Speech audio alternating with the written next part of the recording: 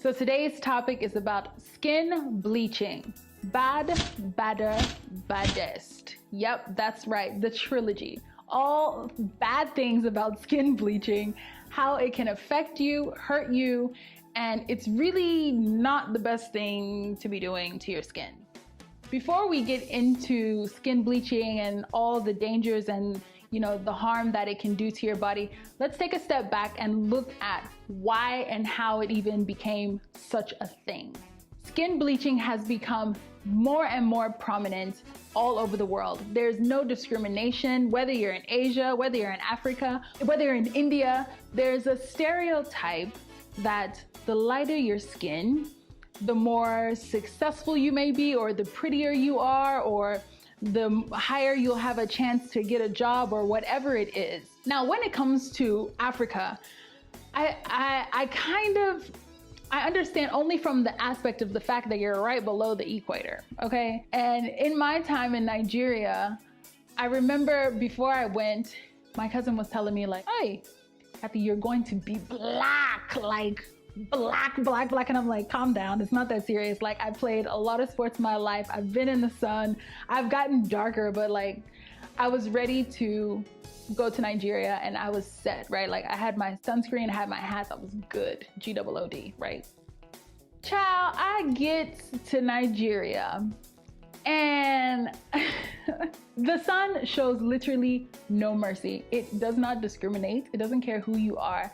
I would literally went from the color I am to gray. I didn't even get like, oh, a dark, like golden toast, caramel macchiato. No, I got gray, like my whole face, everything. I would go outside maybe from like, first of all, the sun comes out before anybody is awake and there are no clouds. So it's literally just like sun in your face, you're exposing your entire body to all of its UV rays. So my sunscreen was no effect. And on top of that, it made me break out because of the heat. So when I hear about people in Africa, it doesn't matter where you are, skin bleaching, I'm like, but guys, the sun is like right on them. So maybe they're not bleaching to be lighter. Maybe they're just bleaching to like, I don't know, maybe like correct dark spots. So you have girls that will tell you like, no, I don't bleach. I'm just bringing out my natural color. Okay. Do you, boo? So the most common ingredient in skin lighteners is hydroquinone and a corticosteroid. The hydroquinone, the common percentage in it is 2%. 2% is like the legal amount of hydroquinone one can put in a cream.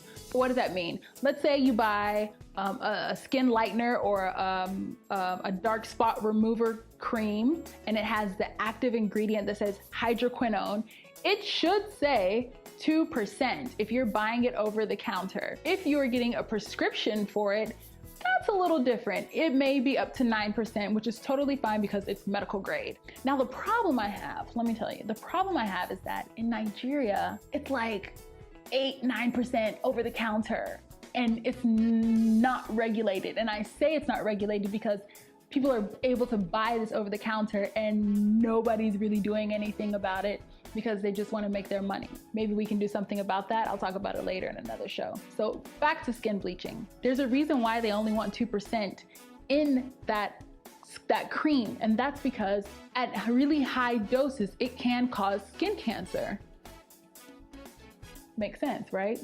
Then the corticosteroid that is sometimes in skin bleaching creams, that too can have a long-lasting effect as an inflammatory process in your body, which can eventually start like breaking down your systems if you use it for a really long time, over extended periods of time, and to keep exposing yourself to the sun.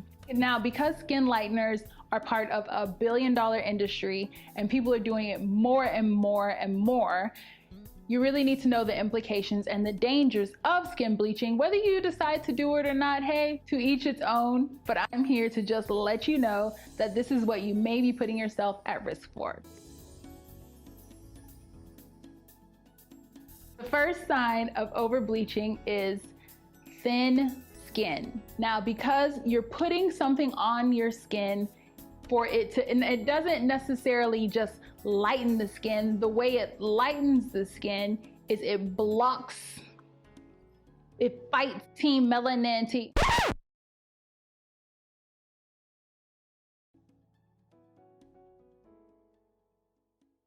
If you're bleaching, you're not team melanin because you're blocking it with the cream, okay? So that is exactly what it does. It blocks the ability for your body to build up that melanin to be able to give you pigmentation and to protect you from this. Pigmentation is color, and to protect you from the sun, okay? So the first sign of over bleaching is your skin will start to become thin.